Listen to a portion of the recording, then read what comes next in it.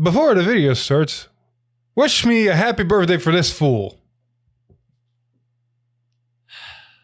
Oh yeah, we're putting this all the way at the beginning. Mistakes were made waking up this morning. Got it.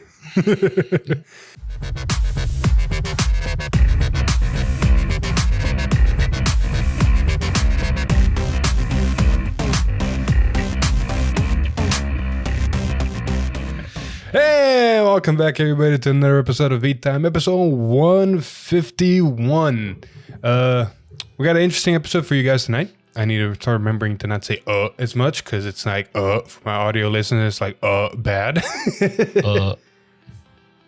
But you say it enough, you'll start sounding like the caveman. Unga bunga, unga bunga. Anywho, we got a short episode for you because we got not too many leaks. We actually caught up for everything, so we're going back to the normal flow of Eat Time, with it being maybe 30 to 40 minutes long. Not a lot of news to talk about, maybe a little bit of address an issue topic, and then also a interesting announcement for the end. Anyway, but with that, happy birthday to oh, the death stare.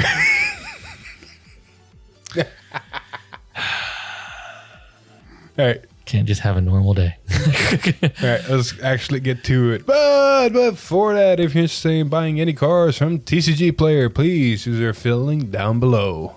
Your purchases through this link help support the channel so you can bring more great videos like this straight to you guys. And with that script part away, let's go straight into the leaks. Starting us off with a grade 3 for Stoicheia. Alex, take it away. It's a common? Yeah, common full blown dragon. Auto rear card at the end of your turn. If your Vanguard is a glitter, put this unit into your soul and call up to 2 plant tokens to rear guard. I mean, one deck and one deck only that can actually even use the ability. It's the only deck that can use that ability. Unless we get more decks with glitter, that's going to be scary down the road. But honestly, this is just in my opinion, a poor man's Inlet Pulse. If you can't afford Inlet Pulses, this is a great replacement card. I mean, it does make call up to 2. Yeah, it does make 2 tokens, and it goes to soul. So for Aurora, soul resources are really good management.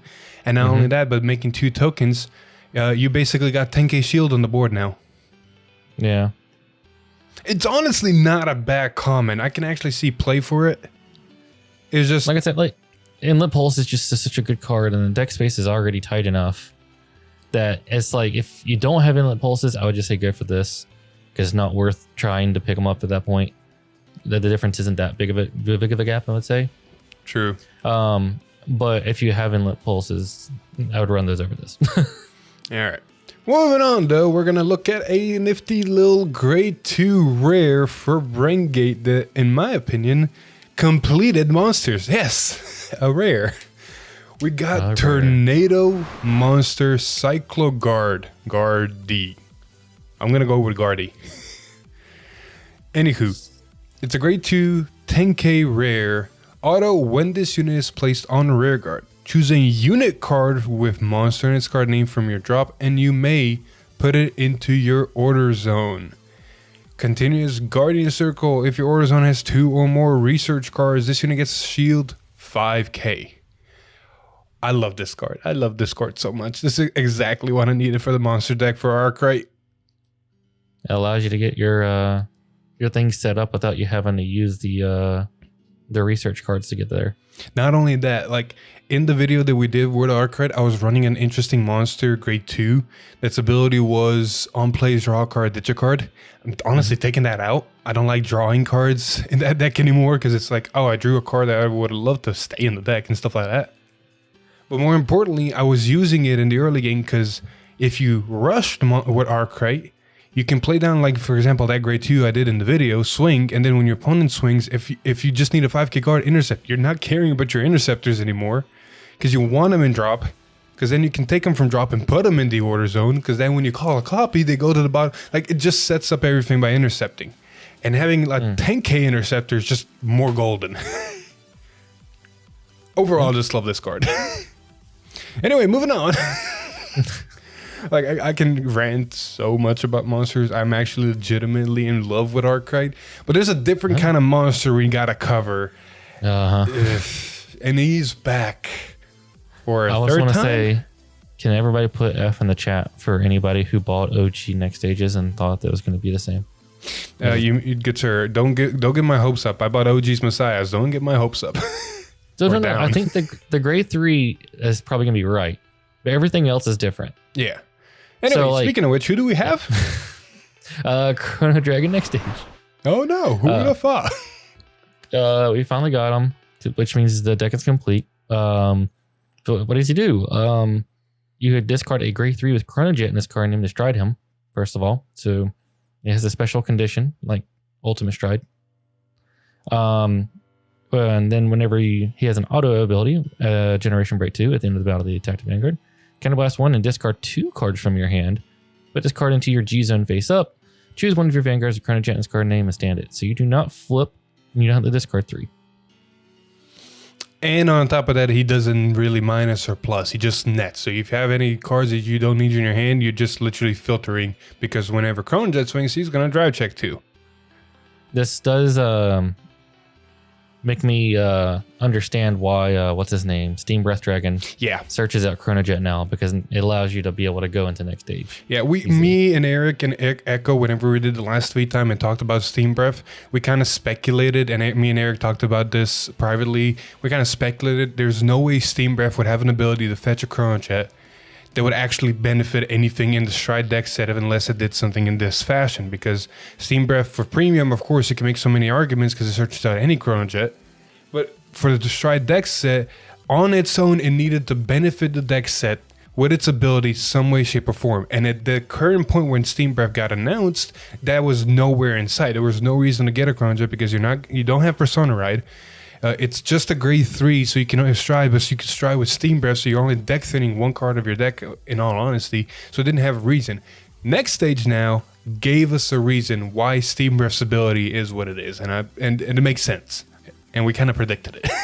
I will say that I'm gonna laugh if we get, you know how like certain encounters got like sprinkles of cards throughout the sets of support. I'm gonna laugh if this gets support and it gets an order that's a grade 3. The reason I say that is because it says a card with Chrono Jet in its card name. So if you get an order that has Chrono Jet in its grade 3, it just you can technically do this. Because otherwise, you can only do next stage 3 times. It needs to be a order that's a grade 3. Because let's say discard a grade 3 card with Chrono Jet in its card name. Doesn't even say some. It has to be one grade 3 card with Chrono Jet in its card name. I do want to point this out real quick here while we're talking about next stage, because there's no more deck set reveals. This is it. This is the whole deck set. All the cards are leaked. The product's already out in Japan. We're going to get it in English in February, so all that said and done. One thing I do want to mention immediately about this deck set, I think the crest giving 5k power for every face-up card in G-Zone is a little bit too strong. That is my opinion. I mean, look at it this way. I'm sure the Messiah deck set's going to say for every one of your locked rear guards, you get +5. Yeah, but that's not the same, because if it follows the same principle Messiah always did, when you unlock, you're going to swing, and you're not going to have any lock cards left, which means you're going to lose that power.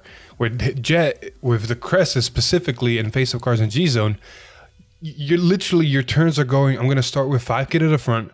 If I go into another Fate Rider, I'm going to give 15 to the front. If I go to the next stage, I'm going to give 10 and then 15. And it's just scaling up and up and up in that power. So the longer the game goes, the more chances of you are 100% dead. And I don't even have to call good units. I can call 2 triggers down, and they're going to hit you really, really hard. And I'm going to guarantee myself 4 attacks regardless of what stride I go into.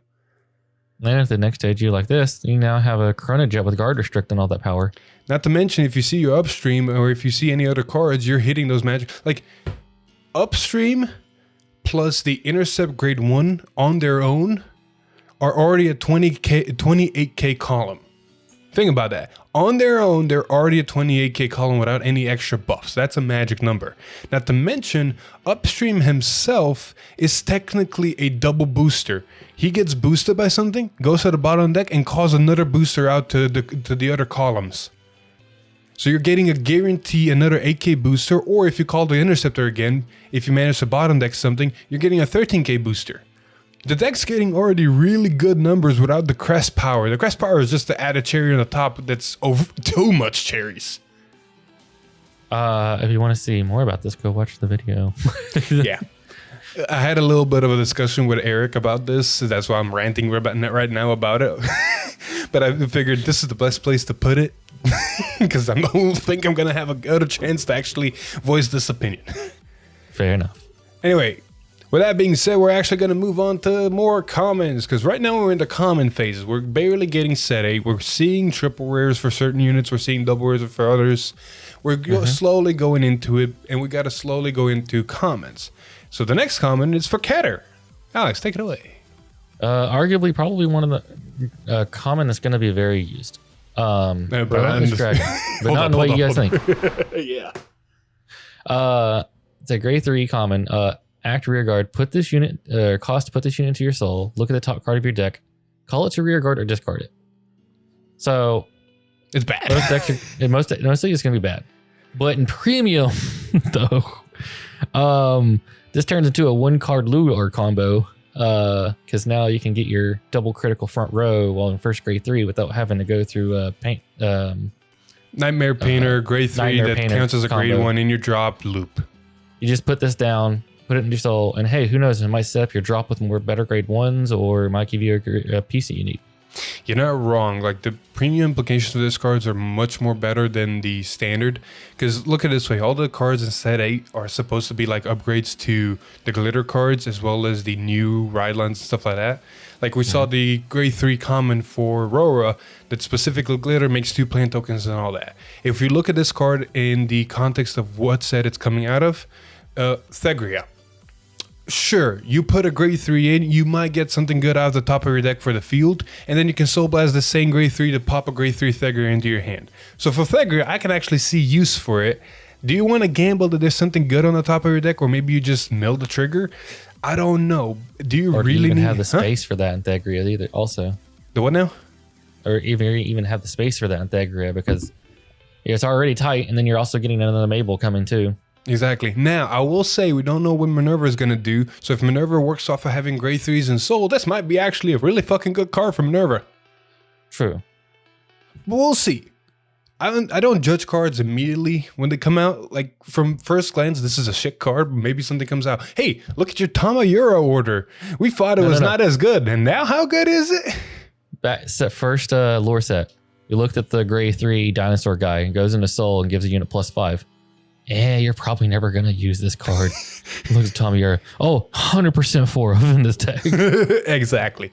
So hold judgments out for cards until the full set comes out. Maybe even later they're going to get even better support because there's commons. There's like the monster. Oh god, the monster deck is a good example of certain cards just come in a resurgence because they have certain words. Like I'm going to guarantee the stealth deck when it comes out, you're going to see some stealth cards that you didn't know existed put in there. Mm-hmm.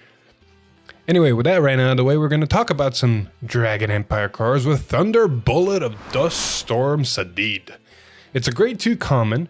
Auto, when this unit is placed on rearguard or put on the Guardian Circle, if you have more rearguards than your opponent, this unit gets power 5k, shield 5k until the end of turn.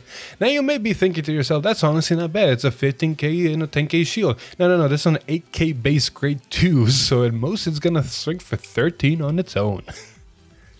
Yeah, I mean, it's okay. It's a common. If you really want that kind of shield, cool. But otherwise, it's just like, yeah. Again, looking in the context of the set it's coming out of, when this unit is placed on rearguard or put on guard circle, if you have more rearguards than your opponent, I don't know what decks this is meant to be played in unless the stealth dude's going to be retiring or bottom decking or doing something to your opponent's rearguards where this is actually merited. Because Tamayura can't clear a board to save her life, so this is not useful in Tamayura. I mean, there's rumors floating around that the new guy's going to be binding rearguards. So in that case, this might be a good card. It's 10k shields, 13k attacker, not bad. Other than that, again, this doesn't look like a very good effect. Maybe Eugene can use it. Maybe. Anyway, Alex. Speaking of Tamayura and the order and all that. We got to the fun big part of this week. Oof. Tamiyura finally got her other Dual Nation cards. And let's start with its Showtime Rirumi. It's a grade 1 triple rare. Auto, when this unit is placed I'm pretty sure it's supposed to be placed in drop zone during your turn. Cost counterblast 1 and call this unit to a back row rear guard and with the Rarami and this card name in the same row. Okay. Oh, I just realized something interesting about this. Okay, It continue. doesn't have to be placed from soul to drop, just has to be placed in drop. When this card is put into the drop from your soul during your turn. Okay, so pause the card art and all that shit here. For audio listeners, we're just continuing.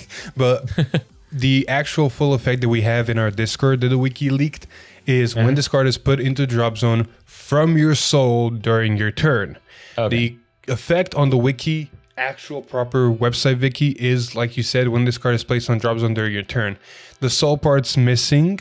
I don't think it's supposed to be missing, but it is missing. So it's one of those things like, I think it is from soul because it makes so much more sense for it to work that specific way.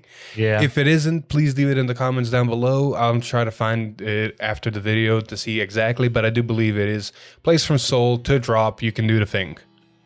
That makes a big difference, and I'll tell you why. Because if it somehow magically does work this way, I'll tell you why this is good. That's good. And then the second effect is auto rear guard. At the end of the battle, this unit boosted. Put all of your other rear guards in the same column as this unit into your soul. When you put a unit with a Rarami in his card name by this effect, if you did not countercharge this turn, you can Soul Blast 1 to countercharge. The putting into soul is a mandatory effect. And the whole effect of when a boost Rarami put the soul countercharge is a glitter effect as well. Yes, that too. The other effect when it calls from drop is not.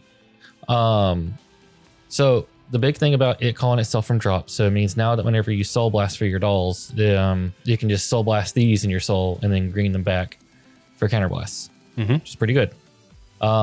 Reason I say that if it's not just from soul is means you can also call over these during your multi-attack turn if you have to place a card from hand.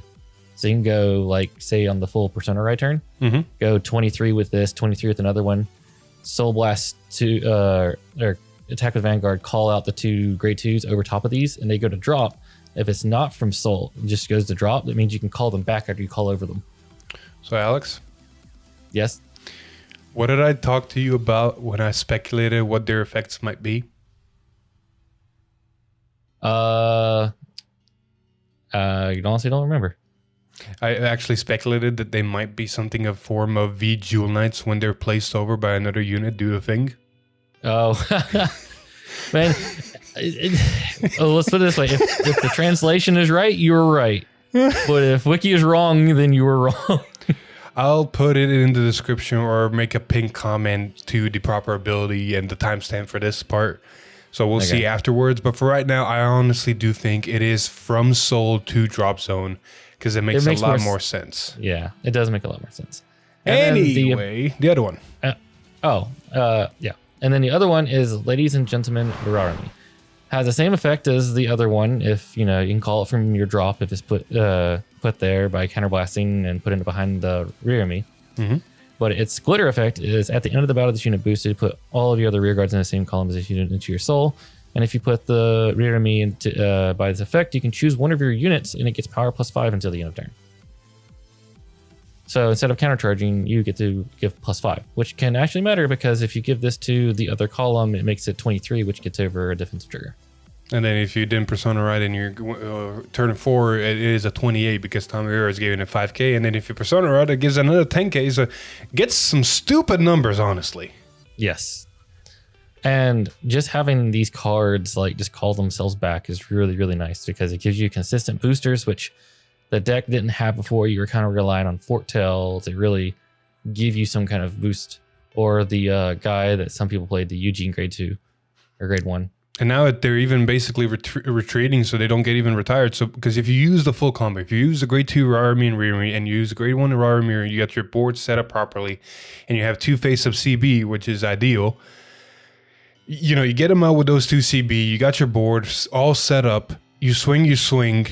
Now your board's empty before your Vanguard swings, and you got 4 cards in Soul.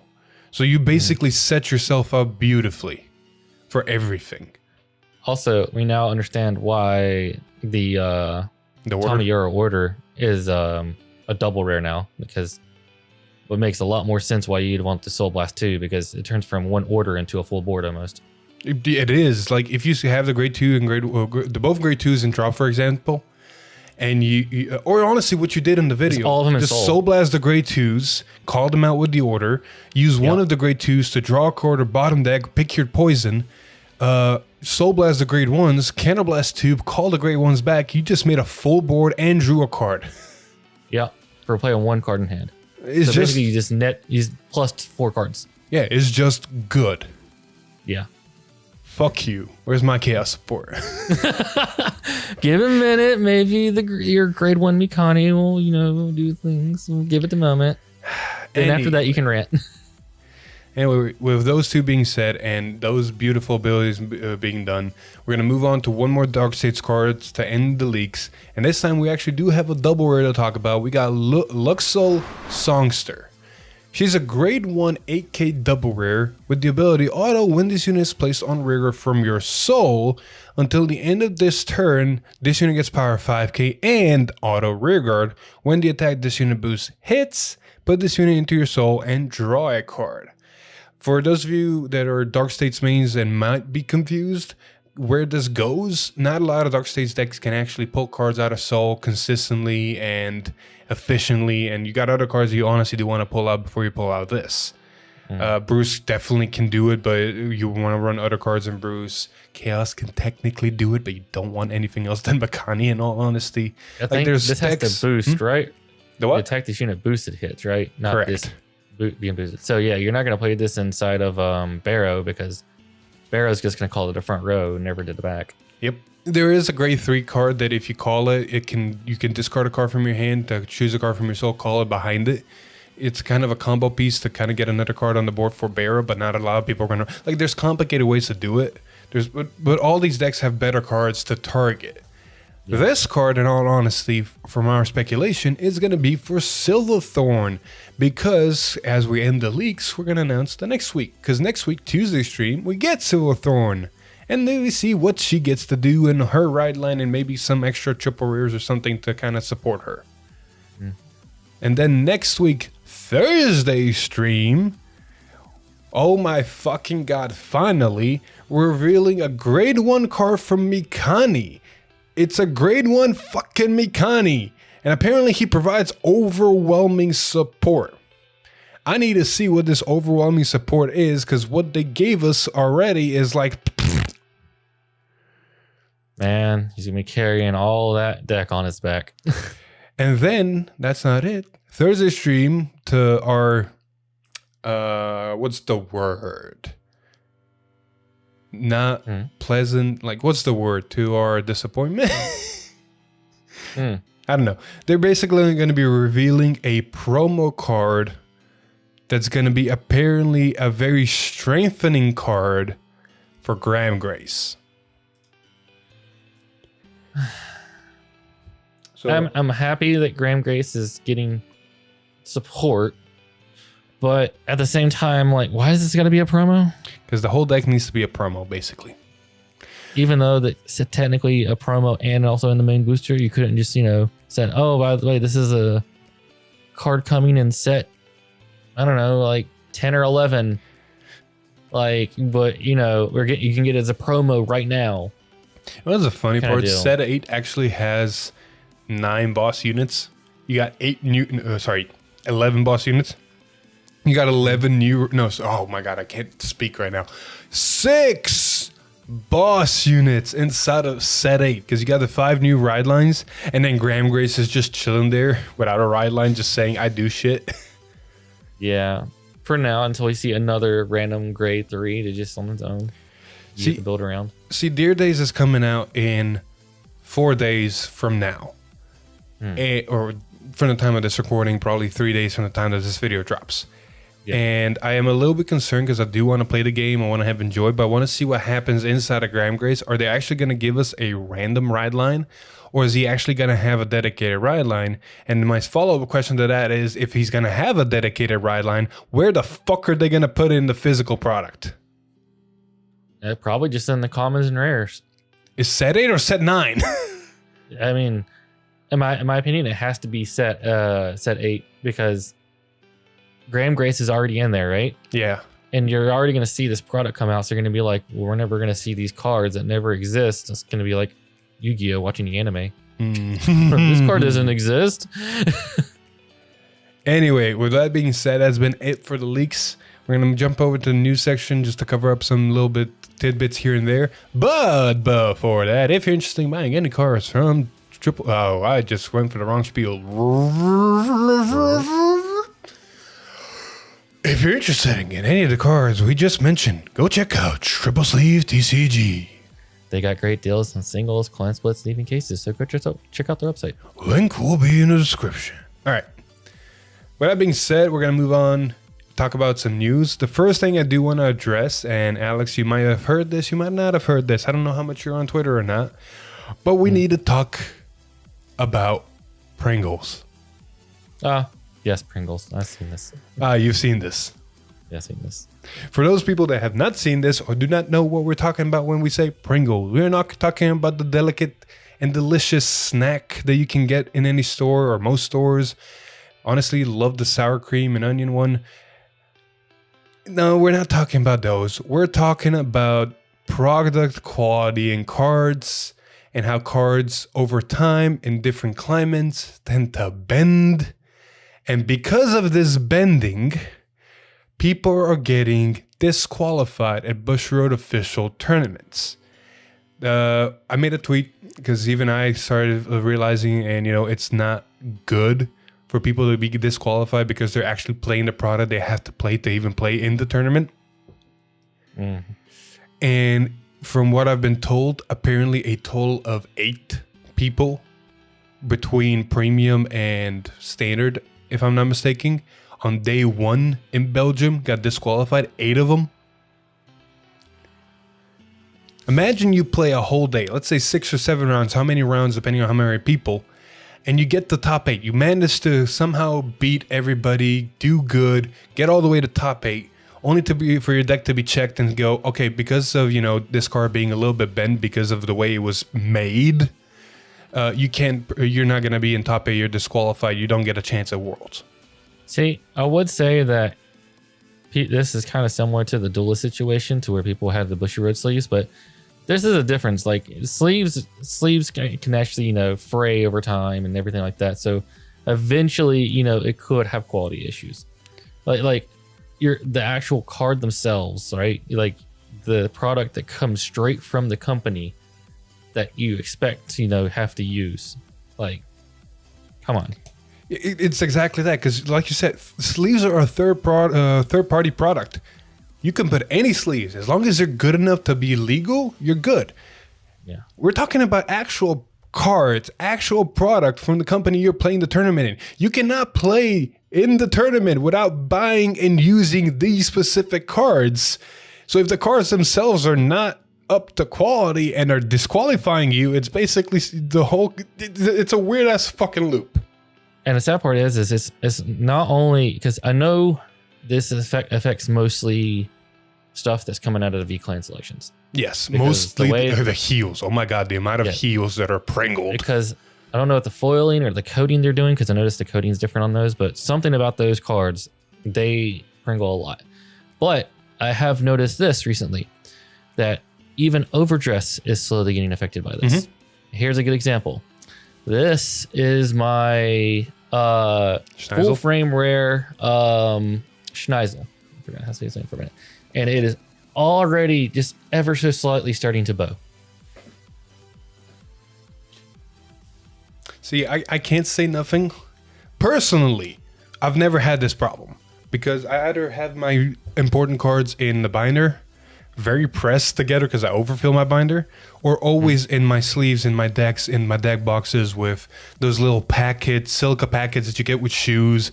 Like, I personally take care of my cards decently, I want to say. So I've never had this problem. For example, I'm holding a rare here from set 6, and it's not bent one bit, and it's been sitting over here on my desk since Leeds, and it hasn't bent one bit. Like I don't think I have actually in my possession one card that's really bent like that we've been seeing. So personal experience, I can't say nothing. But I've seen the evidence, and people are getting DQ'd. So it's just not okay. And I have seen the evidence, at least with the cleanse selections, because I have personally seen some of the cards that I own that have started to do that. But I'm just saying, from like a perspective of overdress, I've kept this card in a single sleeve, laying on my desk, because I'm eventually going to try to sell this. But this is how a normal person would normally play, anyways. Like, or how Bushiroad expects more people to play. Yeah. It's a single sleeve deck, like this. And if I'm just leaving this on my desk, not even playing it, and it's already starting to slightly bow, just sitting in a sleeve, like, there's probably an issue coming. Now, for people out there that do have this problem and your cards are pringling, there's a couple ways to fix it. One, keep your cards in your sleeves, hopefully double sleeve, to kind of keep the integrity of the card. And if stuff has already bent, a good trick, find a very thick book.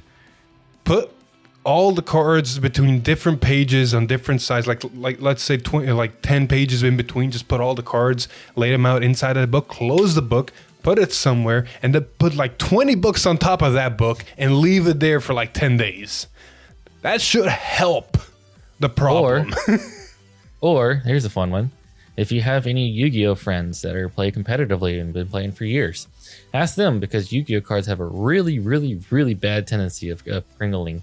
And they have had to deal with this for years, so I'm sure they have some great ways to fix it too. Exactly. All right. With the Pringle issue out of the way, the only two more things I do want to address. One, we talked about last week how Bushiroad has made a letter about erratas, this and that, NFTs, whatever.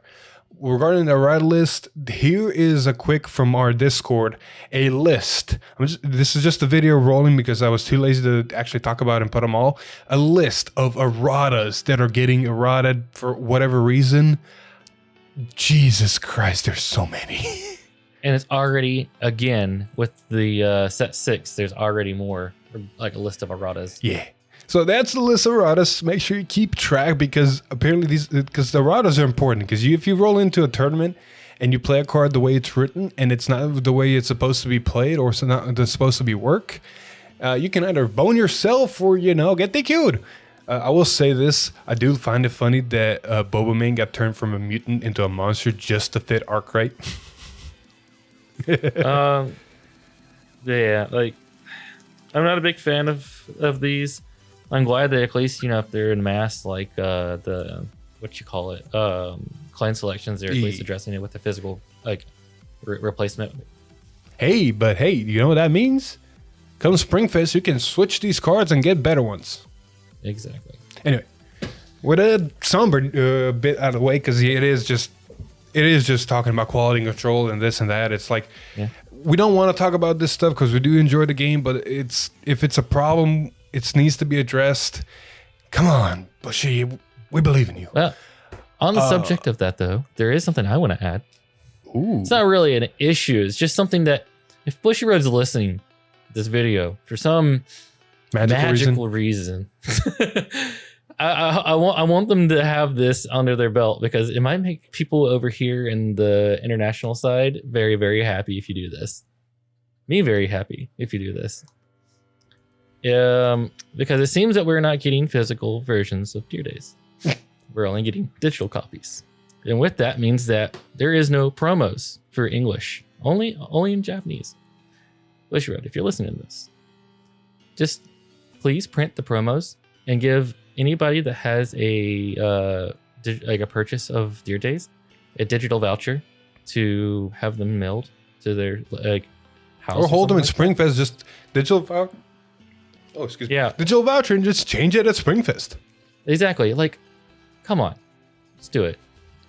I'm not mad at you. I'm just disappointed. You can do better. Let's do it. See, the other stuff we talked about are actual problems that do need to get addressed. This is just a wish. So you can listen to Alex. You don't need to listen to Alex. I don't care.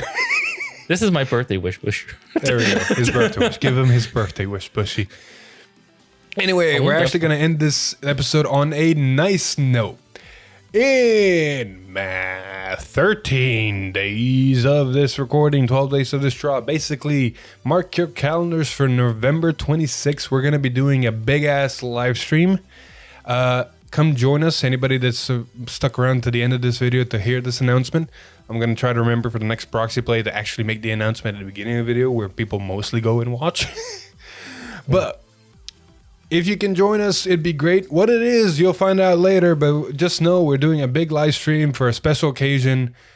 So come on down and have some fun with us. Exactly. Anyway, with that being said, unless Alex has anything else to add, we're going to end this episode here. Yeah, that's it. There we go. Hey, thank you. English?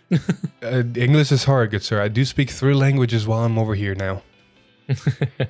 Anyway, if you like the video, please leave a like, share with your friends, comment down below what you think about next stage or the dolls. Other than that, if you like what we do here, subscribe to the channel, ring that bell again, notify me, and follow us on Twitter, like us on Facebook, join our Discord, or watch us on Twitch, or listen to us on Apple Podcasts or Spotify.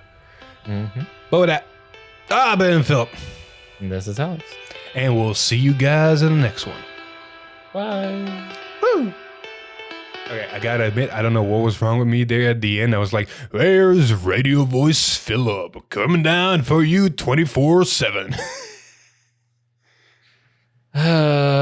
He's trying to get into the podcast. Happy birthday to you.